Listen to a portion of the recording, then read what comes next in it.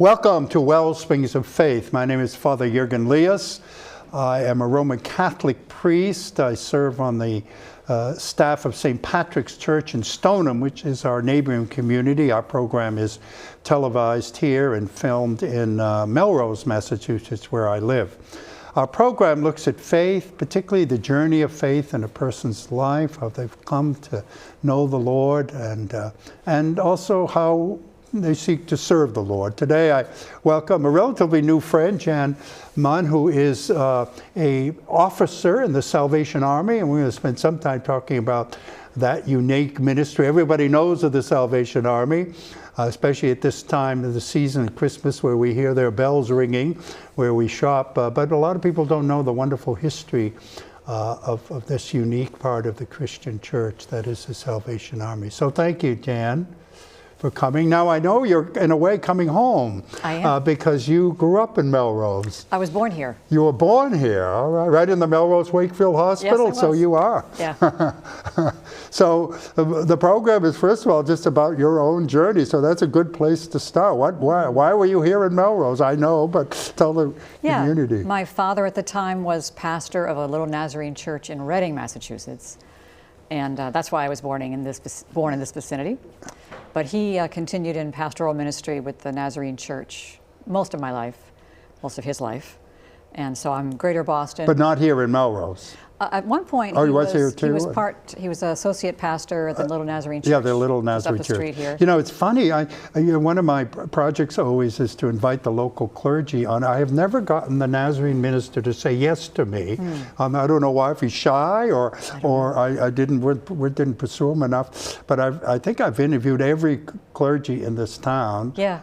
There might be a couple others including some Jewish rabbis. So, Great. But if you know the minister, let me know. Maybe I'll chase them down again. There's an open door here.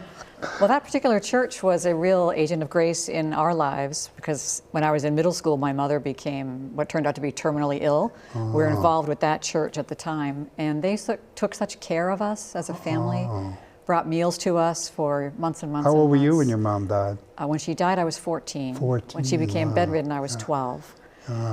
So they just brought meals and cleaned the house and prayed for us and cared for us so tenderly during a very difficult time. So just driving past it today on my way in here, I was giving thanks to God for that place. I'd forgotten that, because of course the reason I know you is because of your brother, who I was very close to, yes.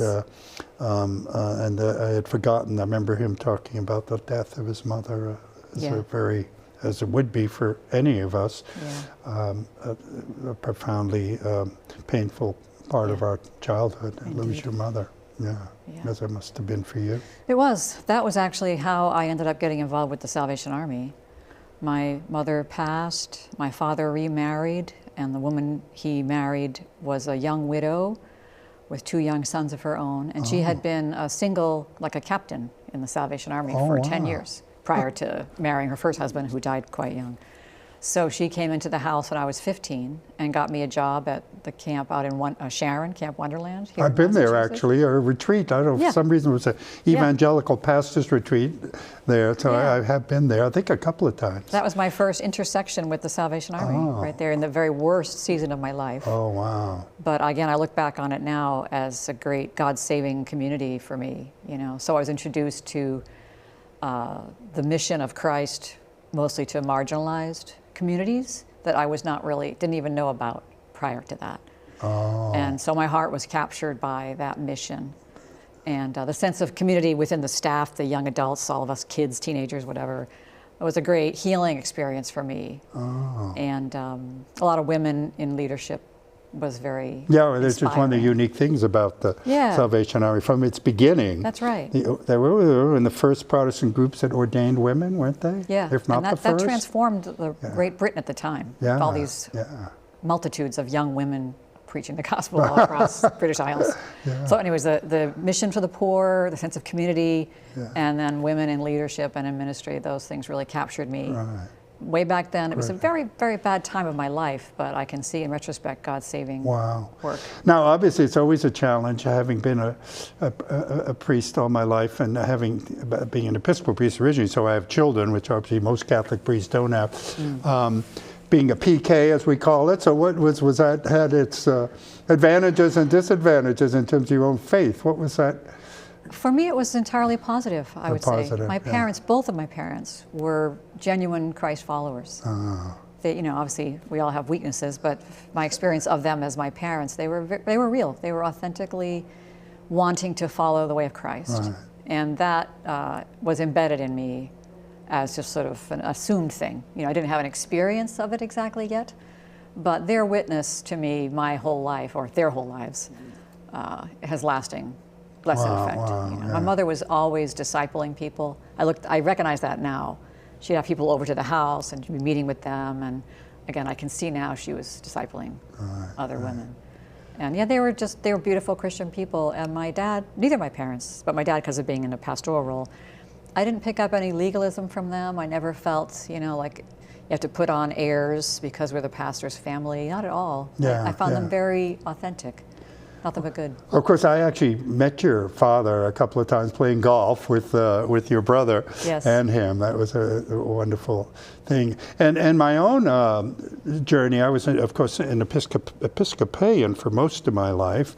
But one of my heroes was John Wesley, who in a way was the, you might say, the spiritual father of both the Nazarene Church and the Salvation Army. Definitely, yeah, I would say that. This extraordinary, and what changed my life, the charismatic renewal, the Holy Spirit. It was really the Holy Spirit, which somebody said the forgotten part of the Trinity in many cases, but that's one of the essential parts of the tradition, the holiness tradition that you come from. Talk a little bit about that before we get to the Salvation Army. That kind of Nazarene, peculiar kind of spirituality, not peculiar in a negative sense, but a positive sense. I understand.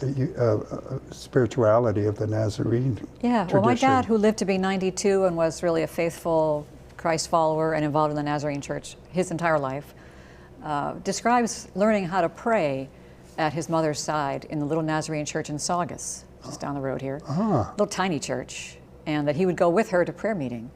And he would, as a boy, just kind of take in that sense of the Holy Spirit, and didn't know what to name it or what was going on, but it affected him. And I'd say to the end of his life, he carried that spirit of prayer with him. And what were the prayer meetings like? Do you have any idea? I mean, there was a fervency that he described. That kind of that stuff of the Holy Spirit. Right? Yeah, like, you know, these are real Holy Spirit movements. Spontaneousness and some kind of, I think his childish view was like kind of a murmuring, who knows what was going on. But a lot of voices and vocalizing and intensity.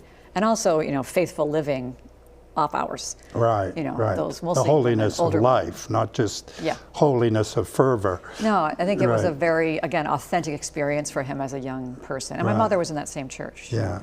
So they were just very open. And in the 70s, when I was a kid, my mother was still living, they would have on like Catherine Kuhlman and Oral Roberts, you know, stuff like that. The Pentecostal so even though in kind of mainline evangelicalism at the time, there wasn't a lot of affection necessarily. There was a split between them. Or my parents weren't of that mind. They were just, they'd have it on the TV in the morning on a Sunday and just be kind of open to mystery and supernatural things we can't control or figure out. So that was very beneficial to me. I know, at least from my, and I could obviously correct me if I got my facts wrong, but you know, because of the Holy Spirit, and of course, particularly in the 60s and 70s, when I'm talking about early ministry, the charismatic movement was breaking out in all the denominations, although they came out of the holiness tradition, the Wesleyan tradition, and but there were debates about speaking in tongues and as whether that was legitimate or not. There was also debates about whether God still healed or not. Most of the traditions believed Jesus healed, but the question wasn't. Whereas I grew up in a liberal tradition, I was told Jesus didn't heal, so it took me a couple of jumps to get from my formation to the charismatic believing that and seeing Jesus heal. But was the Nazarene Church, am I right that they for some reason they did not embrace speaking in tongues, that was... I think that's true at the time. But again, you may not be as familiar with that because you didn't... But my parents were not like that. They were doctrinaire Nazarenes. No, they just had a real openness. To the and they were Spirit. Committed, they were faithful, they were authentic Christ followers. But they definitely both communicated to me, my dad for many, many years, but mother as long as she lived, this openness to the Holy Spirit. So then when I went off to college, My brother Kevin had already gone. We went out to a Nazarene college in San Diego, Point Loma Nazarene University, in the late 70s, which I now recognize as one of the waves of the Holy Spirit that hit Southern California. The Jesus movement. Yeah. Yeah. So it hit us. Yeah. It hit Kevin, it hit me, thank God. While you were there, yeah. Yeah, really did. So at the Nazarene College, H.B. London is his name. He was a Nazarene pastor leader at the time. He came and spoke at a chapel series my freshman year. And this strong encounter hit us all at chapel of the Holy Spirit, you know. And I remember just flooding, the altar was flooded with students, myself included, just opening ourselves to whatever the Spirit wanted. And this sense of like profound yieldedness to the work of the Holy Spirit. I was 18, maybe 17. And it was pervasive. Something was happening. Wow. And it marks me to this day, you know. I look back on it with gratitude. And actually, I went back there 40 years later, in 2018, and I was the chapel speaker for that same series. Wow. Oh, wonderful. Which felt really kind of So in your own journey, you never sort of left faith, right? not really. Yeah, you had these deepening moments and Yes. profound. When my mother died, however, I was in so much pain. Must have been shaken, yeah. Yeah, so I was just kind of, Yeah. you know, so I did have this personal awakening and encounter with Jesus here at what was Boston Garden. I was at a rock concert as a senior in high school. So what year would that have been, right? April of 78. 78, okay, back, yeah. And I was in rebellion, I would say, at that time. Oh, okay. And Jesus, what he said to me at this rock concert, just in my, you know, you hear it within yourself, there's better for you than this, Jan. Oh, this was a secular rock concert. Very Oh, secular. okay, all right. Yeah, no, yeah. No, I thought it was the Christian rock probably hadn't emerged quite yet. Not quite yet, right. No, it was very secular. Yeah. And everyone around us, myself included, were not in good shape, you know. Yeah. But Jesus broke through and just spoke those 7 words to me. Wow. And he was telling me the truth, and I knew it was Jesus. I knew it was true. And I remember everyone standing up, doing the rock concert thing. And I was with a group of peers. Yeah. And I just sat down and was yielding my life to Christ, really kind of as an adult, you know, my own choice. Right. And one of my friends looked down at me and she said, "You okay?" And I just said to her, "I'm back with God."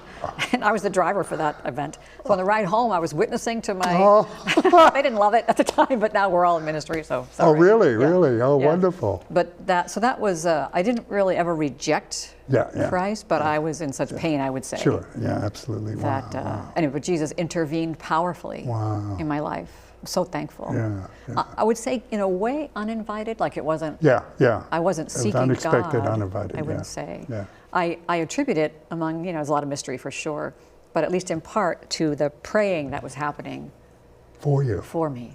In this little church down the street here, and other little churches that I had been part of, and they knew I was in pain, and they're praying. Hey, don't you look forward to the day when we kind of, like, we as Paul says, we only know things sort of imperfectly in a glass Yes. darkly. Right. And so then we will understand, Yes. even as, like, the dimensions of everything, like our own conversion, our own moments with God. I do look Because forward it's to like, you know, and particularly I find this as a Catholic, this idea that there are angels and saints and all other things at work. Yes. Most of it's invisible. Yes. You know, it's the spiritual invisible realm, and we're not even aware of it, but it's all around us. That's right, affecting us. Yeah. And then we suddenly get a glimpse. Yeah, then we occasionally get a glimpse, and I think ultimately we will get the whole picture. Right. Be Won't that be fascinating. a time? Yeah, won't that be a time? So that moment, and then you went off to college, That's right. That's right. So that was April of my senior year, 78, Boston Garden, right here down the street. Wow. Who was the band there? Do you remember? I do. Marshall Tucker Band. Oh, I don't know that band. I Not mean, really. I was a 60s guy, so I know all the bands from the 60s. Right. But I kind of dropped out of rock and roll when I got to the 70s. I was just looking for an excuse to be foolish. Yeah. It wasn't really about the music at that stage. But then, you know, in September I went off to college from here to San Diego, and the Holy Spirit, And then that the sort of Jesus dimension movement, was you waiting mentioned that, yeah, so it was ready. for me. And then where did how that carry on beyond your college days? I kept working at the Salvation Army camp in Sharon, Oh, Massachusetts. in the summers? All those summers. Ah. 15, 16, So that 17, was there 18, always- 19 years old.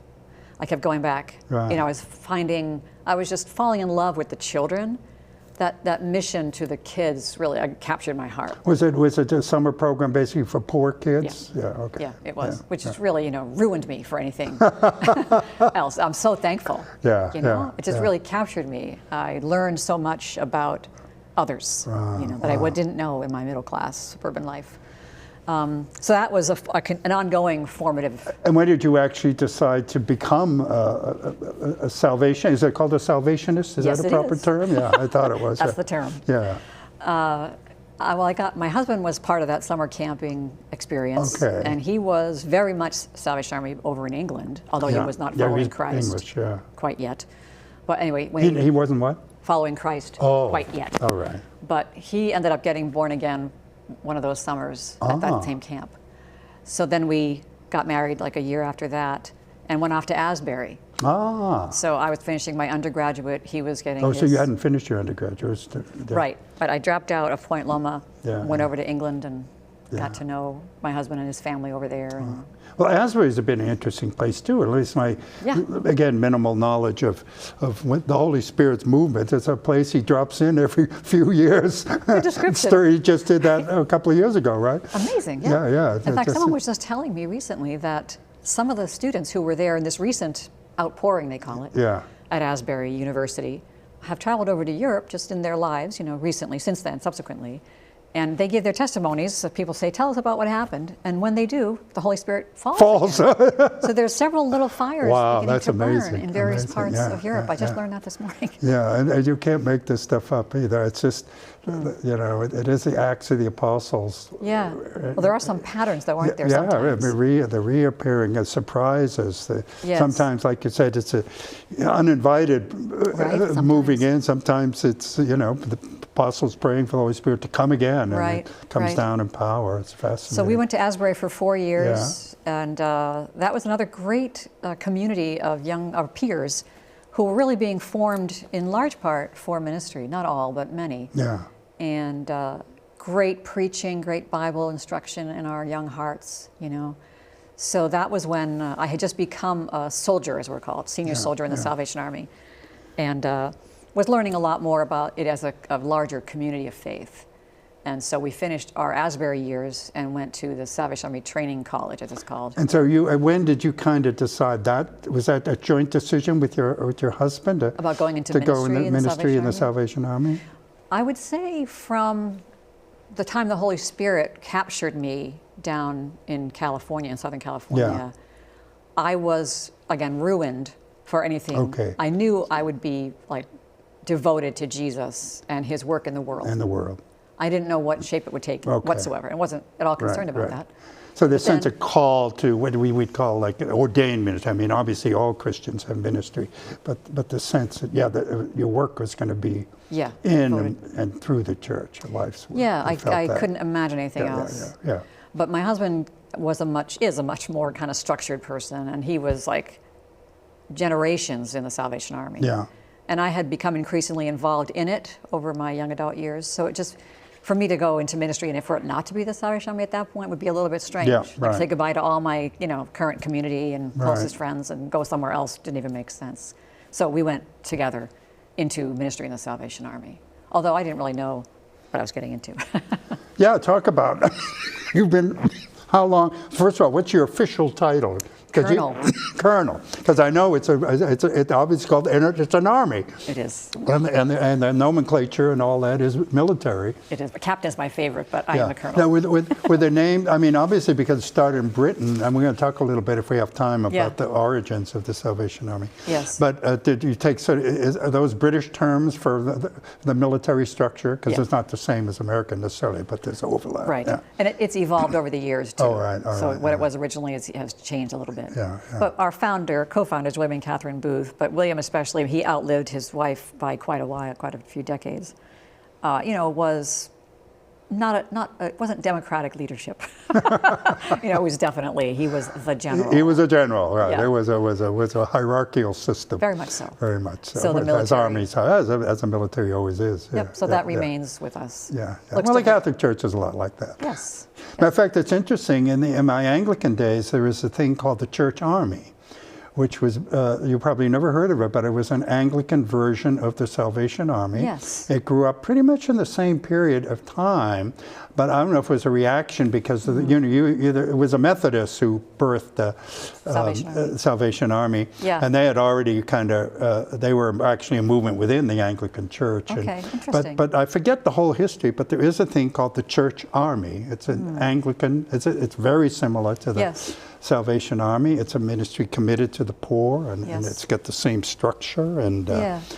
but it's more like a lay organization within the Anglican tradition rather than a separate denomination. Well, and the structure for Salvation Army officers is meant to, the structure of it is meant to allow you freedom to focus on mission. So like you live in a parsonage, a quarters as we call Right. it, and you move, when they tell you to move. Yeah, when just like the leaders- Army. Exactly. Right. But then you don't have to, buy a house and sell your appliances or, whatever, because it's Right. all kind of Yep, handled all for you. provided for. And the idea is so that you're free just to focus right. on your mission. Right. Which I've appreciated in a lot of Yeah, ways. yeah. And in our case, we were fortunate we didn't have a lot of moves when our kids were young. Just two How many 6-year children do you have? Two. Two. So we had 2 6-year appointments back to back, which got them both through high school with just one good, move, yeah, which is yeah. pretty good. And it was all around New England too at that time, right. near family. But the ministry has varied from inner city. We were at Camden, New Jersey. Our Which first is a rough neighborhood, and my wife's from Philadelphia Oh, area, is she? Yeah. so I know that's kind of, America's Worst City. yeah. April That's 1987. a reputation, The I cover remember of that. Time magazine. Yeah. That's where we went. In June of Good. 87. Well, that's what you wanted, That's right? what I know. So it was tremendous learning for me. I bet. I hope we did some good, but I know it did me some good. Uh-huh. Again, just it changed my worldview. I had to address a number of fears, and it was so beneficial, such a transformational experience that remains with me to this day. Hmm. And then we came back and ran the camp, that Salvation Army camp in Sharon, Massachusetts, where we met, where Rick met Christ. We came back as the directors. Oh, As our well, second. maybe I bumped into you down there when I went to, because it was somewhere in the 80s or 90s. I went to revival prayer meetings with clergy there or something. We might have been like on the that. camp at the same time. Yeah, Who yeah. knows? So, might have met a long time ago. Yeah, and then we did a kind of a middle class congregation leadership in Manchester, Connecticut, and then up in Maine, New Hampshire, Vermont as like regional Yeah, leaders, yeah. and then really overseas, we did some leadership in leadership training in London, so leaders from around the world would come, and we'd be part of facilitating that experience. And I led a couple of our seminaries, our training schools, one in Sydney, Australia, and one here in Suffern, New York. But the heart of, I mean, again, tell me, give me a share my, from the outside, I say, the heart of Salvation Army is just this evangelization of Yes. the poor and Yes. ministry to the poor. Yes. I mean, caring for the poor and all of the, what we would call in the Catholic Church the corporal works of mercy, all that, but not leaving behind the gospel and the work of evangelism. So But that is the heart. what is it? Soup? What is the old one? Soup? What's the Soup, old? soap, and salvation. Soup, soap, and salvation. Yep. That's right. The great sort of. That's good. Was right? that from Booth? It was. Yeah. It's good, right? Yeah. Like don't it's great. preach with the if it's hungry. Yeah. You can't hear it, right? Yeah. Yeah, it's beautiful, and those values really most places around the world remain who we are. We're more known now for our social work, social services, but the burning heart of the movement from the start has been love of Christ and what that requires of us. Right. It's not just do-gooders, although That's it has right. its place, but That's it's not right. what we are. Yeah. Yeah. And people come to know Christ in countless ways through the ministry of the Salvation Army. Sometimes we have churches called CORE, C-O-R-P-S, but many times through rehabilitation programs that we run, Right. or through summer camps. My husband, again, met Christ at a summer camp. He was on staff. He wasn't there as a camper. And through social services programs as well. Oh, well. One of our congregations that we led started a soup kitchen out of the church gymnasium, and still running 30 years on. Continues to feed people on Sundays, and so people have passed away who have been part of that feeding ministry, recipients. Right. And in their obituary, a friend of mine who's still at that church told me that they put on as their church Salvation Army. Salvation Army. They never stepped into the chapel, Yeah. but that's their church. That was their church. Yeah. So that it's a very holistic ministry Ministry, that I right, just right. love. And when some presence of people in even economic need is absent. I feel something's missing. You know, I'm at a church and everyone's all clean and smells good, and no, I agree with you. I mean, you know, it's been interesting. My own church, it's an Episcopal church, which is usually the upper class at prayer, you know. Yes. And although there's a strong bent towards you know, care for the poor, but it's not the same as being the church of the poor. You yes. know? Right. And although now I'm a Catholic, it's sort of the opposite. You know, here somebody said Catholic Church, here comes everybody, and so even the typical parish, even the suburban parish, is you know, Haitians and Hispanics and Africans and yes. immigrants, especially. You know, it's an immigrant church. It's always yes. in touch with the. I had an urban missions course in seminary, and the professor didn't know that I was with the Salvation Army, but he took us into some inner city neighborhoods in St. Louis, actually. Yeah. And so, not knowing, you know, that who I was, whatever, but he just said to the class, "You can tell a neighborhood is bad when the only ones there are the Catholics and the Salvation Army." So I was quietly in my seat thinking, yeah, you're welcome. Yeah, that's one of the real connections between those two churches. That profound commitment to the poor. So, what you're doing now? What are you doing now exactly? Well, I was 35 years full time as a Salvation Army officer. I'm still a Salvation Army officer, but this stage of my life, I have more flexibility. So, I do a lot of preaching and teaching all over the place. Various locations and so events. when you tell me, like, when you say preaching and teaching, what, like, at different churches or other formats? Yeah. Yep, it varies. Like a couple of weeks ago in Advent, I preached at the Salvation Army in Brooklyn, Brownsville, just for a Sunday in Advent. In New Brooklyn, Brownsville, Brooklyn. Brooklyn, no, Brooklyn, no, that's what I thought you meant. New York City, yeah. Yep, which that was interesting. Yeah, so it was like a preaching mission during Advent yes. at the church. Yeah. So I mentioned about Nazareth and all the goings on there, and Jesus, or the eventual question about, you know, can any good thing come from Nazareth? So I raised that just kind of rhetorically at that group, that congregation, and I said, I don't know Brooklyn, but where would Nazareth be in Brooklyn? And they said, here. Here. So that was quite a moment, actually. I didn't know that about Brooklyn. Yeah. But the congregation's identity was, we're the worst part of Brooklyn. Right, Bedford side. Yeah, so I was glad to be there. That was recent. Yeah. I also do like the leadership training things. There was a preaching seminar down in the southern states that I taught a little bit about how to preach. Yeah. Because I was involved in like our training programs for ministry, the equivalent of seminaries for the Salvation Army. I spoke this recently at, we had a national traiing event, and I spoke on leadership in these days, biblical models of leadership for the present age. Is the denomination doing well? I mean, as the Army got lots of people who called to the ministry. Is God raising up a lot of...